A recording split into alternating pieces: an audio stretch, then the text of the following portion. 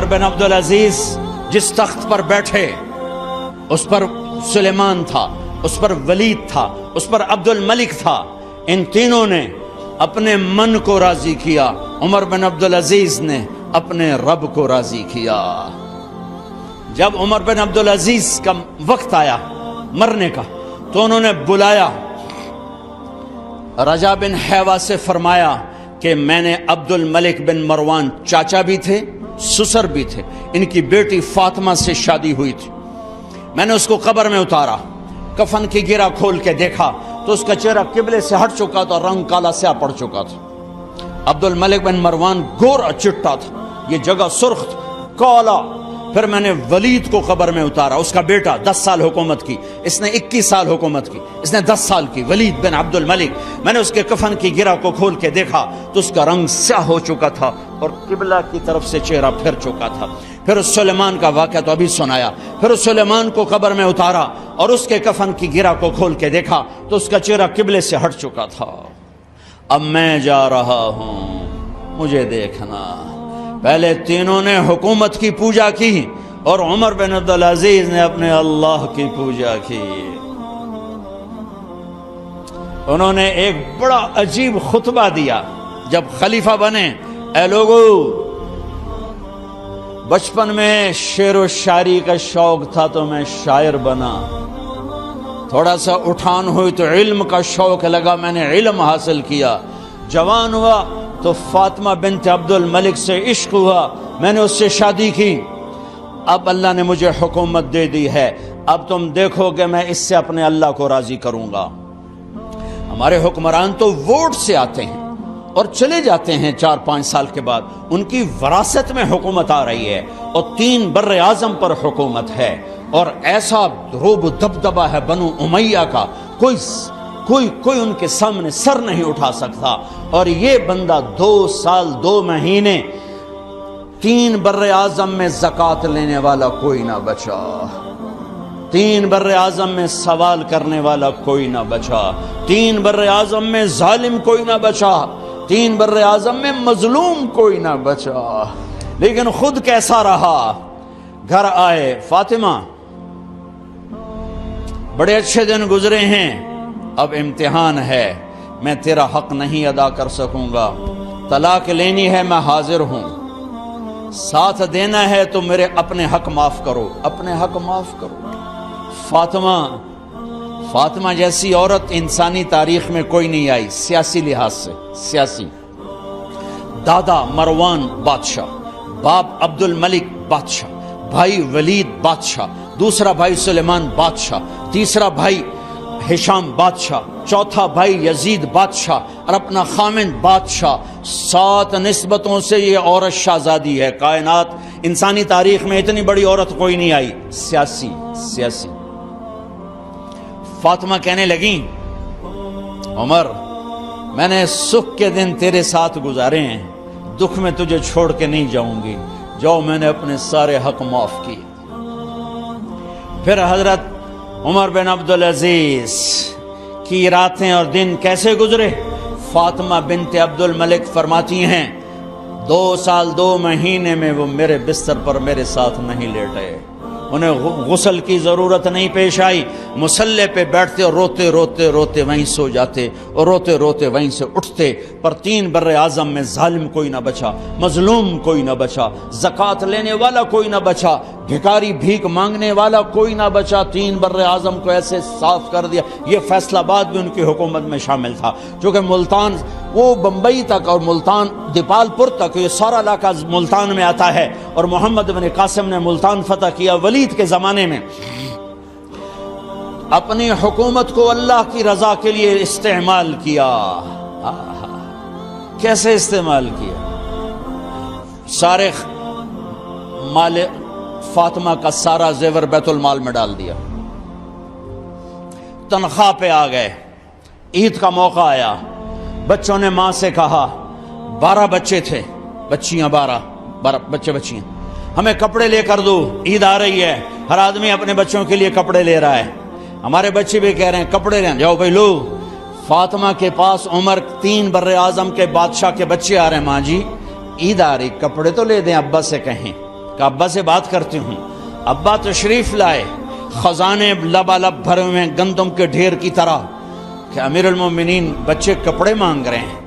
فاطمہ میرے پاس تو پیسے نہیں، میں کہاں سے کپڑے لے کر دوں،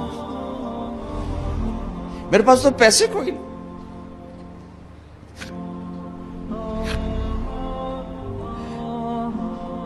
حضرت فاطمہ نے کہا پھر بچوں کا کیا کروں؟ کہا پھر مجھے بھی نہیں پتا کیا کروں.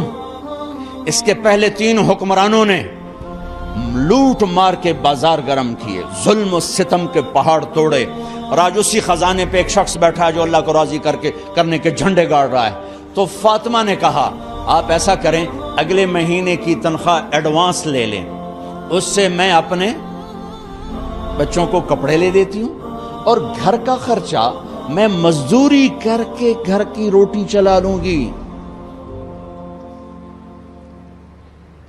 ارے اپنی تاریخ پڑھو، صرف ڈرامے ہی نہ دیکھتے رہ جاؤ، صرف گانے ہی نہ سنتے رہ جاؤ. اور بھی دکھ ہیں زمانے میں محبت کے سوا، راحتیں اور بھی ہیں وصل کی راحت کے سوا. انہوں نے اپنے بلایا وزیر خزانہ مزاحم، اپنا ہی غلام. ہاں بھائی مزاحم، ہمیں بچوں کے کپڑے چاہیے، تو اگلے مہینے کی تنخواہ ایڈوانس مل جائے. وہ کہنے لگے امیر المومنین آپ مجھے لکھ کر دے دیں کہ آپ 1 مہینہ زندہ رہیں گے، میں آپ کو تنخواہ دے دیتا ہوں. عمر بن عبدالعزیز سر جھکایا، اٹھے، گھر گئے. فاطمہ میرے بچوں سے کہہ دو کہ تمہارا باپ کپڑے لے کے نہیں دے سکتا. اپنی تاریخ تو دیکھو.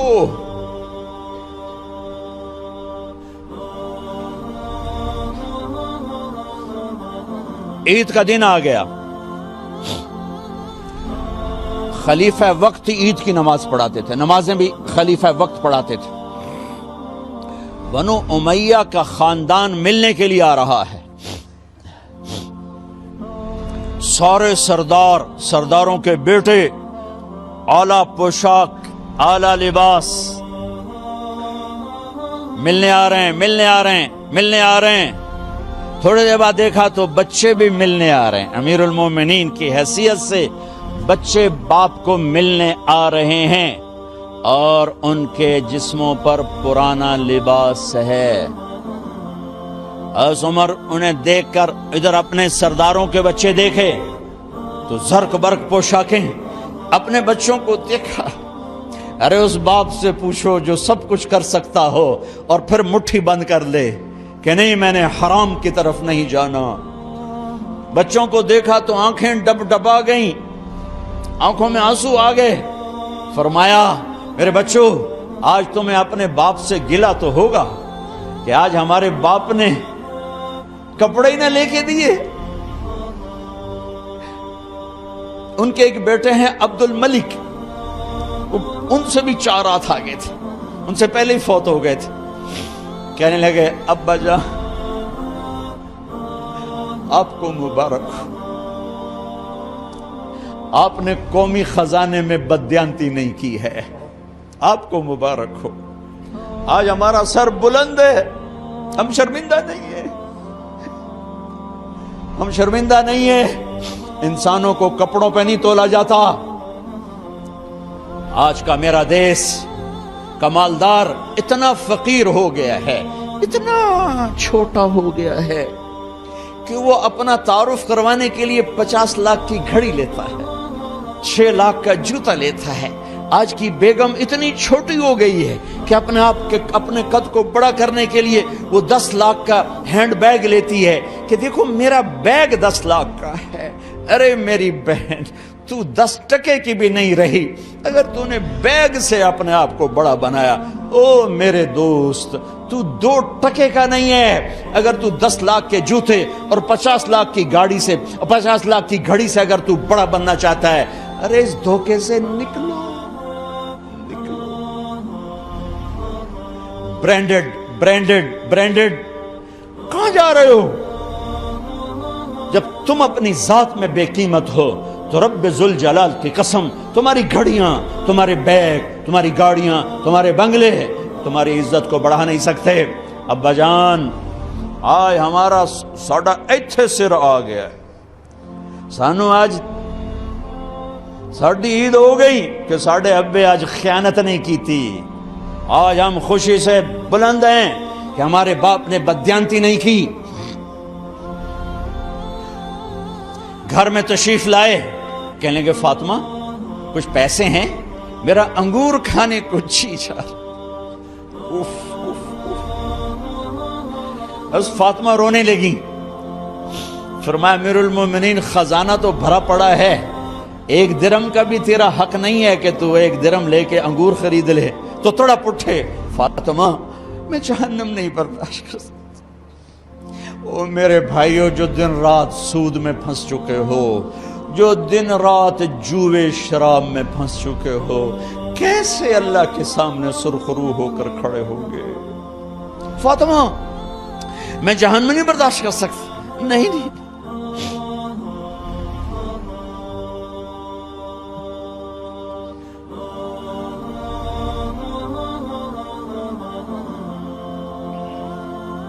ایک رات گھر میں تشریف لائے، بچیاں بیٹیاں منہ پہ ہاتھ کپڑا رکھا، دوپٹہ رکھا منہ پہ اور بات کریں۔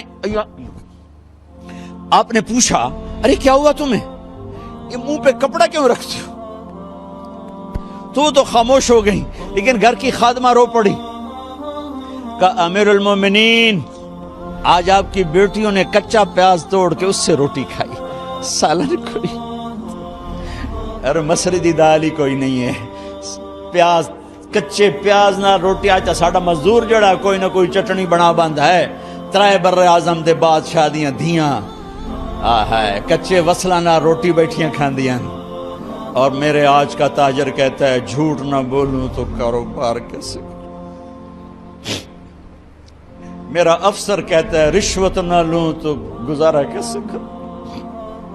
تو عمر بن عبدالعزیز پھس پہ ہچکیوں کے ساتھ روئے کہ میری بچیوں میں تمہیں بڑے اچھے کھانے کھلا سکتا ہوں پر میں جہنم کی آگ برداشت نہیں کر سکتا۔ بھائیو اس بندے نے اپنے آپ کو ذبح کر دی، اللہ کو راضی کرنے کے لیے ذبح کر دی، اپنی ذات کو، اپنے جذبات کو، اپنے احساسات کو۔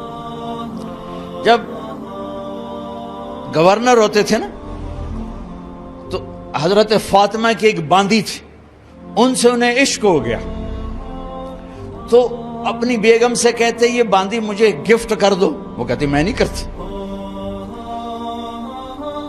جب یہ خلیفہ بنے کئی دفعہ ان سے کہتے مجھے ہدیہ کر دو، مجھے دے دو، وہ کہتی میں نہیں دیتی، میں نہیں دیتی۔ جب یہ خلیفہ بنے تو ان کی بیگم نے اس باندی کو نہلایا، خوبصورت زیورات سے سجایا، عالی شان میک اپ کیا اور اس کا ہاتھ پکڑ کے لائی، امیر المومنین یہ آپ کی خدمت میں گفٹ ہے۔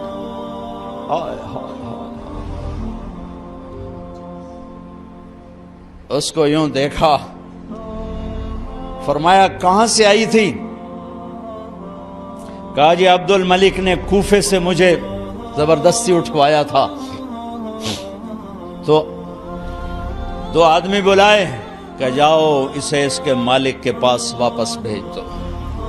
وہ کہنے لگی این وجدک علی یا امیر المؤمنین،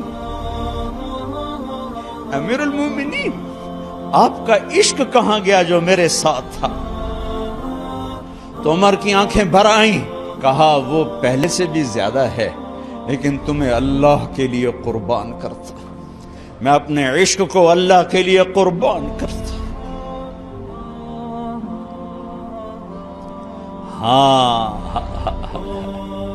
اب اللہ نے صلہ کیا دیا؟ جب انتقال ہوا ہونے لگا تو بلایا رجا کو، جو میں بات پہلے چھوڑ کے ادھر ان کی تھوڑی سیرت بتائی کہ رجا اب میں مرنے لگا ہوں، عبد الملک کالا ہو گیا تھا، ولید کالا ہو گیا تھا، سلیمان کالا ہو گیا تھا۔ یہ کیوں کالے ہوئے تھے؟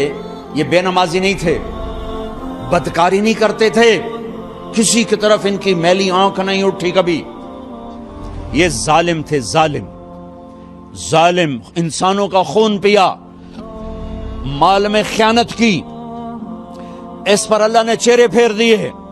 آج عمر بن عبدالعزیز جا رہا ہے کہ دیکھو میں جا رہا ہوں، مجھے دیکھو میرے ساتھ کیا ہوتا ہے۔ ان کا انتقال ہوا، ان کی میت قبر کے کنارے رکھی گئی اور اب نیچے اتارنا ہے۔ سلیمان کی میت کو اتارنے لگے تو ہلنے لگا اور عذاب قبر پہلے شروع ہو گیا۔ عمر کی میت کو جب قبر کے قریب کیا گیا، ایسے ہوا کا جھونکا آیا، ایک پرچہ ایسے لہراتا ہوا یوں آیا، یوں آیا، یوں آیا اور عمر کے سینے پر گر گیا۔ لوگ کٹھے ہو گئے، پرچے کو کھول کے دیکھا گیا تو اس پہ لکھا تھا بسم اللہ الرحمن الرحیم، براءۃ من اللہ لعمر بن عبد العزیز من النار۔ یہ پروانہ ہے اللہ کی طرف سے اس کے بندے عمر کے لیے کہ اسے جہنم سے نجات کی خوشخبری سنا دی جائے۔ آہا، مرنا ہو تو یوں مرو، اللہ ایسی موت دے دے۔ کہتے ہیں پھر میں نے ان کو قبر میں اتارا، جب قبر میں اتارا تو کیا دیکھا؟ میں نے کفن کی گرہ کھولی تو چہرہ قبلے کی طرف فٹ اور یوں لگا جیسے 14ویں رات کا چاند قبر میں اتر آیا ہو۔ میرے بھائیوں بہنوں، اپنے اللہ سے صلح کر لو، اپنے اللہ سے صلح کر لو، اس کے محبوب مصطفیٰ صلی اللہ علیہ وسلم کی غلامی میں آ جاؤ، آ جاؤ، آ جاؤ۔